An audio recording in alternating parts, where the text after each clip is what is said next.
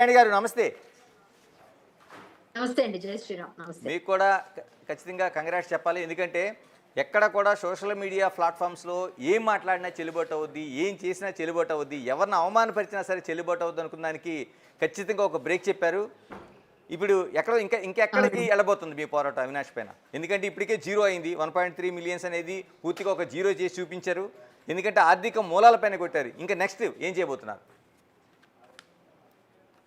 ఈరోజు చాలా చాలా హ్యాపీయెస్ట్ మూమెంట్ అని చెప్తానండి. చాలా సంతోషంగా ఉంది. ఒక పక్క మేమందరం గూడా హిందువులందరూ కూడా పండుగ చేసుకునే శివాజీ మహారాజ్ జయంతి. ఈరోజు చాలా చాలా హ్యాపీగా అందరూ పండగలో ఉన్నారు. ఆ పండగలోనే ఈ న్యూస్ ఏంటంటే, ఈరోజు వాడి అకౌంట్ ఏదైతే ఇన్‌స్టా అకౌంట్ మొత్తం జీరో అయింది. అది ఇంతకు ముందు కూడా ఒక లేఖ రాశారు. ఆ లేఖ రాసినప్పుడు కూడా పోలీసు వారు ఎప్పుడైతే వాడిని ఖచ్చితంగా లుకౌట్ నోటీసులు ఇంతకుముందు కృష్ణకాంత్ గారికి కూడా నమస్కారాలండి. ప్యానెల్‌లో ఉన్న కృష్ణకాంత్ గారికి. అలాగే వారు నాకు స్టార్టింగ్‌లో నేను వెళ్లి కేస్ పెట్టిన రోజు, ఇదే మనకి బిగ్ టీవీలో మనకి డిబేట్స్‌లో వాటిలో కలిసేటప్పుడు ఫస్ట్ నా ఎఫ్ఐఆర్ చూసి, ఇవి చిన్న సెక్షన్సే పెట్టారండి. బట్ దీన్ని ఇంకా ఆల్టర్ చేస్తారు తర్వాత అని ఆయన చెప్పారు ఫస్ట్ డే. అప్పటికి నాకు కృష్ణకాంత్ గారితోనంత ర్యాపో లేకపోయినా, ఆ రోజు తర్వాత అన్వేష్ గురించి మేమిద్దరం కలిసి ఫైట్ చేయాలని డిసైడ్ అయ్యి చేస్తూ, ఆ తర్వాత మేమిచ్చినవి ఏవైతే పంజగుట్ట పోలీసులకిచ్చామో, ఒకటి వాడి మీద ఇట్లా ఇవన్నీ ఈ సెక్షన్స్ కూడా అప్లికబుల్ అవుతాయి.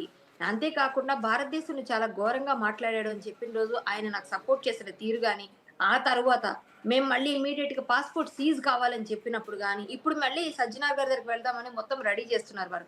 ఇవన్నిటికి నేను ఆయనకి ధన్యవాదాలు తెలియజేస్తాను. ఎందుకంటే నేను చేద్దామని అనుకుని నా ఐడియాలు చెప్పగానే దాన్ని కార్యాచరణ చేయాలి అంటే ఒక ఖచ్చితంగా దాన్ని పేపరు, పెన్ను పెట్టి ఆయన రెడీ చేస్తేనే మనం ముందుకెళ్తాం. సో, దానికంతటికి కూడా హెల్ప్‌ఫుల్‌గా ఉన్నందుకు, ఇక ముందు కూడా ఉంటున్నందుకు ఆయనకి నేను హ్యాపీగా ఫీల్ అవుతూ ఈ హ్యాపీ మూమెంట్ ప్రతి ఒక్క హిందువుది. ఎవరైతే ఈ సీతమ్మ తల్లిని లేపోతే ద్రౌపది మాతను అన్నప్పుడు హిందువులు బొందుగాడు, వేస్ట్ గాళ్ళు అని మాట్లాడాడో వాడు, బత్తాయిలని మాట్లాడాడో, ఎవరెవరినైతే స్వామీజీలని బీజేపీ లీడర్స్‌ని అలాగే మాలాంటి హిందుత్వవాదులు చాలా మందిని మీరందరూ చాలా అది ఇదని చెప్పి మాట్లాడాడో, అప్పుడే మేమందరం చాలా బాధపడ్డాం. కానీ సీతమ్మ తల్లిని అనేసిన తర్వాత గూడా ఏమాత్రం పశ్చాత్తాప పడకుండా ఒక ఐఫోన్ కొని మీరు ఇలాగే చూడండిరా నాకు ఇంకో 10,00,000 వచ్చాయని ఐఫోన్‌కి సీత అని పేరు పెడతానని సీత అని పేరు పెట్టడం. ఇవన్నీ నన్ను చాలా బాధ పెట్టాయి. ఎందుకంటే ఒక హిందుత్వవాదిగా ఈ భారతదేశానికి ఉన్న ఔన్నత్యాన్ని నువ్వు తీసుకెళ్ళి నీ తాలూకా గర్వంగా చెప్పుకునేటట్టు ఉండాలి గానీ, నువ్వు భారతదేశం అంత చెత్త పాస్‌పోర్ట్ ఇంకోటి లేదు. ఇక్కడ ఉండకూడదు. ఇలాంటి దగ్గర బ్రతకూడదు అన్నట్టుగా పాస్‌పోర్ట్‌ని చూపిస్తూ పరువు తీసేశారు. 4 గంటలు నన్ను నువ్వు ముడతలు పట్టే మొహం గడువు కాబట్టి నిన్ను ఆపారక్కడ ఎంబసీలో. అది అర్థం గాకుండా భారతదేశం మీద పెట్టేసి పాస్‌పోర్ట్‌ని తీసి చెత్త పాస్‌పోర్ట్ అని నువ్వు అభివర్ణించడం ఎంతవరకు కరెక్ట్? వెధవన్నర వెధవని ఆ రోజే చెప్పా. వాడికి రాసి పెట్టుకో అని కూడా చెప్పానండి వీడియోలో. 26లో నువ్వు చెర్లపల్లి జైలుకొస్తావు. నిన్ను లాక్కొస్తాం. భారతదేశానికి తిరిగొస్తావు. ఎక్కడైతే రానన్నావో ఖచ్చితంగా కొంచెం లేట్ అయినా గాని వస్తాడంటారా వస్తావని చెప్పి కళ్యాణి గారు? నిజంగానే చర్లపల్లి జైలుకి తీసుకొద్దాం వచ్చే సార్. అవకాశం ఉందా? తీసుకొద్దాం సార్. 26లో స్టార్ట్ అవుతదని బ్యాండ్ అని చెప్పాము. చెప్పి కూడా 2 నెలలు కూడా కాలేదు. మీరు కావాలంటే బ్యాక్‌కెళ్ళి చూడొచ్చు. నేను చెప్పిన ప్రతి మాట ఉంది. ఈ మాటే చెప్పారు. "అరేయ్! రాసి పెట్టుకో అన్వేష్ నీకు స్టార్ట్ అయిందని" చెప్పాం. ఇప్పుడు స్టార్ట్ అయింది. ఆల్రెడీ స్టార్ట్ అయింది. ఇన్‌స్టాగ్రామ్ అనేది చిన్న ఇష్యూ కాదండి. 1.8 మిలియన్ 1.3 వరకు తగ్గిపోయిన వాళ్ళు మొత్తం జీరో అయిపోయారు. అలాంటిది ఇప్పుడు రేపు నా నా మా టార్గెట్ ఒకటే.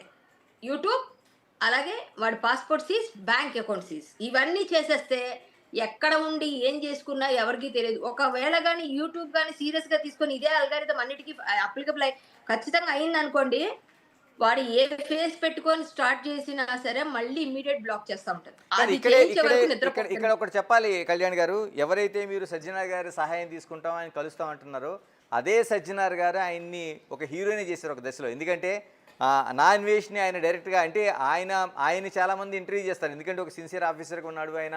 ఇప్పుడు సిటీ పోలీస్ కమిషనర్‌గా ఉన్నాడు. అంతకుముందు కూడా సైబరాబాద్ కమిషనర్‌గా ఆయన చేసిన హీరోచితమైన పనులు కావచ్చు, ప్రజలకు చేసిన సహాయం కావచ్చు, ఆయన నిజంగానే ఒక హీరోలా చూస్తారు.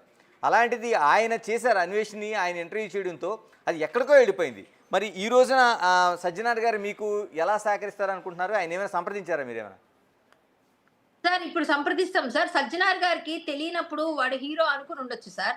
అప్పుడు కూడా ఆ ఇంటర్వ్యూలో ఆయనతో మాట్లాడే భాష ఎంత దరిద్రంగా ఉందో మీరు కూడా చూసారు. సో, ఆ!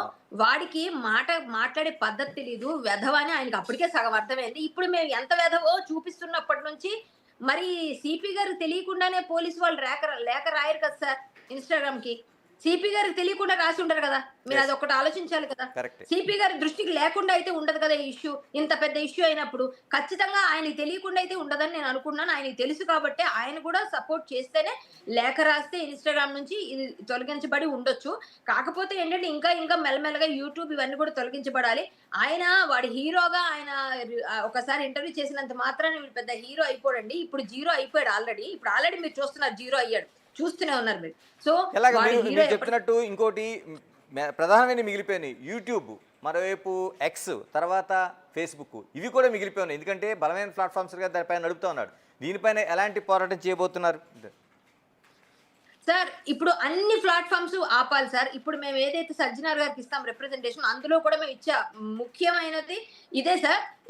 ఎక్స్ గాని లేకపోతే ఏదైతే అన్ని మొత్తం ఏవేవి ఉన్నాయో ఇంకోటుంది ప్రపంచ యాత్రికుడు అని కూడా ఇంకోటుంది. సో అది కూడా తీయించాలని మేము పెడతాం అందులో. సో ఇవన్నీ కూడా వెళ్ళిపోతే డబ్బులు ఎప్పుడైతే రావడం మానేసాయో వాడికి దిమ్మ తిరిగిపోయి 6 కోట్లు ఖర్చయిపోయి బుర్ర పిచ్చెక్కిపోయి నా కర్మ కాలితే నాకు ఏదో అంటారు చూసారా, నా కర్మ కాలి నీ కంట్లో పడ్డాను అనుకుంటాడు ఆ రోజు ఖచ్చితంగా. అంటే ఇప్పుడు ఖచ్చితంగా మీరు అనుకుంటాడు. 1.3 మిలియన్ అనే దాన్ని జీరో చేయించగలిగారు, కానీ వెంటనే ఇంకోటి స్టార్ట్ చేశాడు. మీరు చూసారు లేదు, అబ్జర్వ్ చేశారు లేదు తెలియదు. వాడు స్టార్ట్ చేసినా 40 మంది ఏదో ఎంతమంది చూసానండి ఇంతకుముందు. ఎంతమంది స్టార్ట్ చేసినా ఇప్పటికైనా సిగ్గుండాలి కదా సార్ మన వాళ్ళకి. మనకైనా బుద్ధి ఉండాలి కదా సార్. జీరో చేయించగలిగాం. సరేనండి ఇప్పుడు చేసాము. సరే మన ప్రయత్నం అయితే మనం ఆపట్లేదు, మానవ ప్రయత్నం. మేము చెప్పినట్టుగా మా ప్రయత్నాలన్నీ మేము చేస్తాము. వాడు మళ్ళీ స్టార్ట్ చేసుకున్నా, ఏం చేసినా, కొనుక్కున్నా, లేకపోతే డబ్బులిచ్చి కొనుక్కున్నా ఎన్ని రోజులు చేయగలడు? కొన్ని రోజులే. ఏమన్నా చేయనివ్వండి. వాడైతే భారతదేశానికి తిరిగి రావాలి. భారతదేశాన్ని తిట్టినందుకు వాడు శిక్ష అనుభవించాలి. అలాగే సీతామాతను అన్నందుకు వాడు పక్కాగా అనుభవిస్తాడు. బత్తాయిలు అంటూ ఏ విధంగా మాట్లాడాడో అదే బత్తాయి జ్యూస్ అమ్ముకొని బతుకుతాడు ఖచ్చితంగా. కన్ఫర్మ్ గా చెప్తున్నా ఈరోజు. కళ్యాణ్ గారు, ఒక్కసారి మనం మీ అడ్వకేట్ కావచ్చు, లేకపోతే ఇటువంటి వాటిపైన పోరాటం చేస్తున్న